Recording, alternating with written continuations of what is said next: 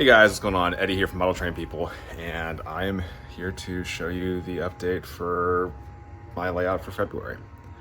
Be honest with you, not much has happened as I hopefully prepped everybody for, and I want to say it was either the previous episode of this or one of the podcasts, but I think you can probably split time, money, and effort into a triangle for what comes in this hobby, and time has definitely been the lacking corner of that triangle for me this last month.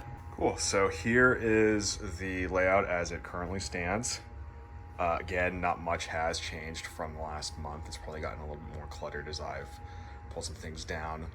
Built out a couple more modules.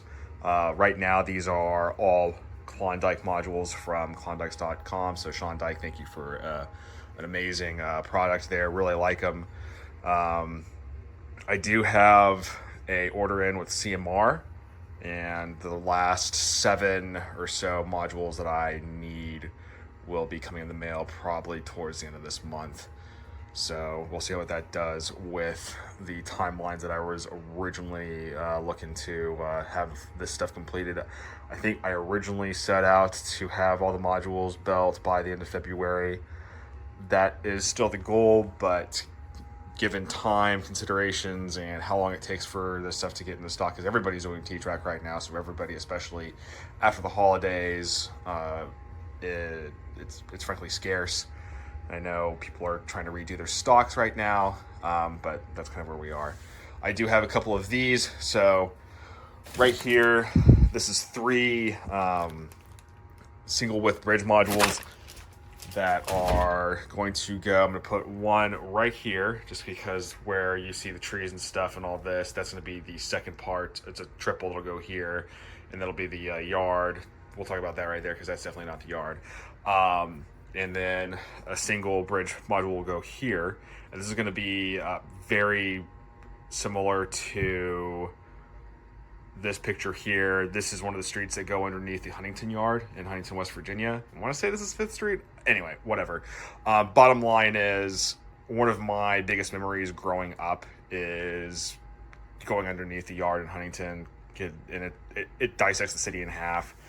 So to be able to put that on this layout and have that looking kind of cool, I'm really excited about that.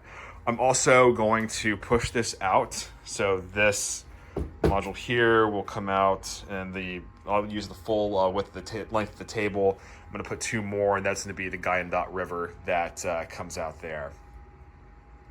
Yeah, so right here, this is just me trying to get a good idea for the spacing for these modules. This is more or less what the track layout is going to look like when I do put the consumer oil distribution center down.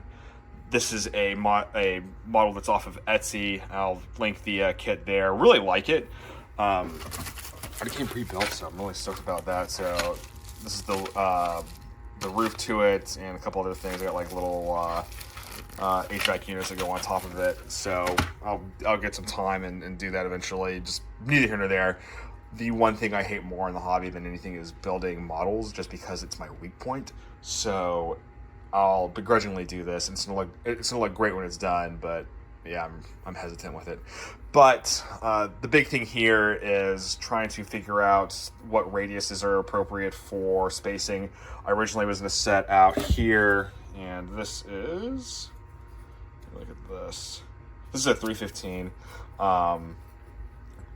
And my original layout design had 315s kind of sitting on here, but I ended up doing, what I ran into was this outer track here was rubbing up against the building, and I was running into a spacing issue. So this is a 481.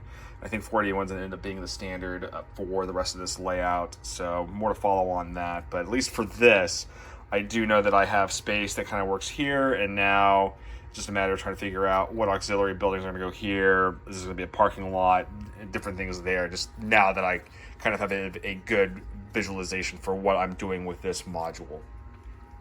Over here, see the Western flood loader there.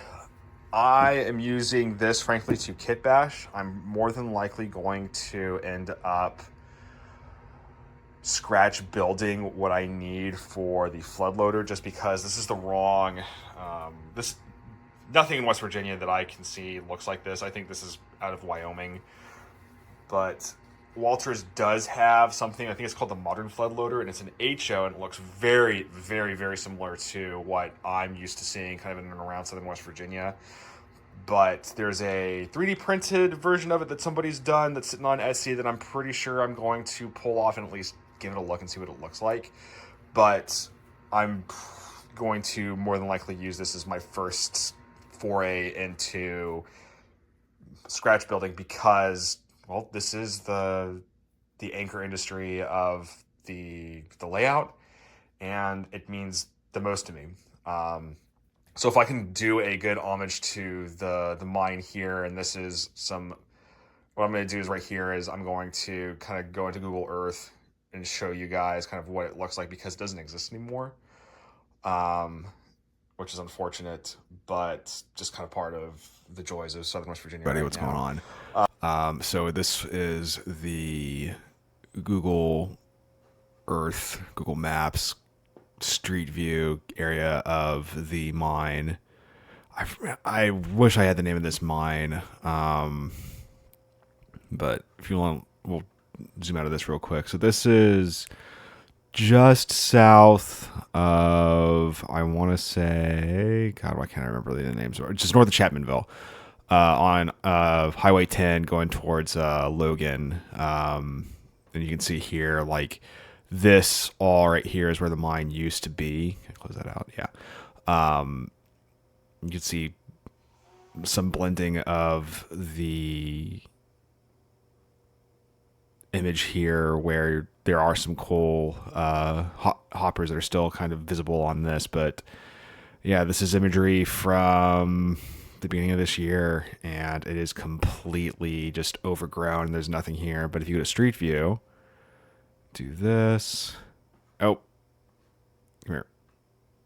So this is back in August of 2021. You can see some of the Hulk, if you will, of what this is. And where's that button? You can actually go back and look through time.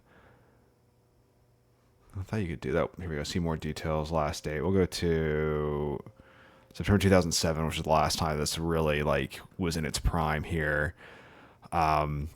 If I can figure out how to do this on the T-Trak module, I think that'll be really cool. But you can see kind of where this comes, the coal comes out of the mine that's over here, goes in these loaders, or I'm not sure what you would call those. You can see coal kind of at the bottom of these towers here.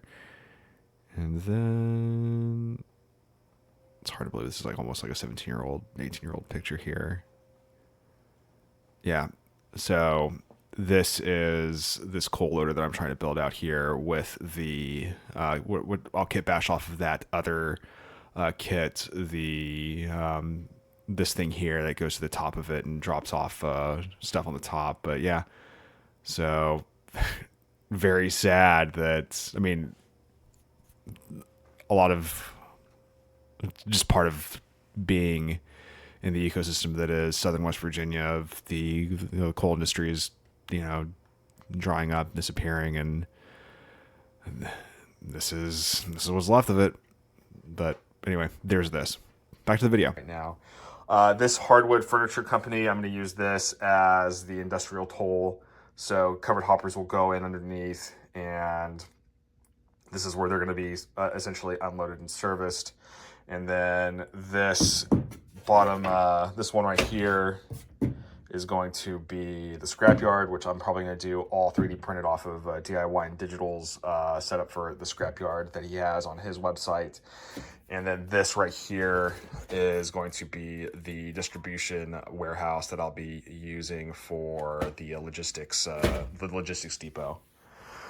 But yeah, this is it. Hopefully when I do this at the end of February, beginning of March, there's significantly more modules down. But at the very least, this is it. It's slow coming, but you know what? Life, the family's got COVID right now, so I'm kind of surprised that I have a voice. I woke up this morning kind of feeling gross, but you know, you gotta push on. But that is it. Anyway, guys, I hope you guys have had a wonderful January. I will see you guys at the end of this month, the beginning of February. And don't forget to like, share, subscribe this, and let me know what you think in the comments. And I will see you guys in the next one.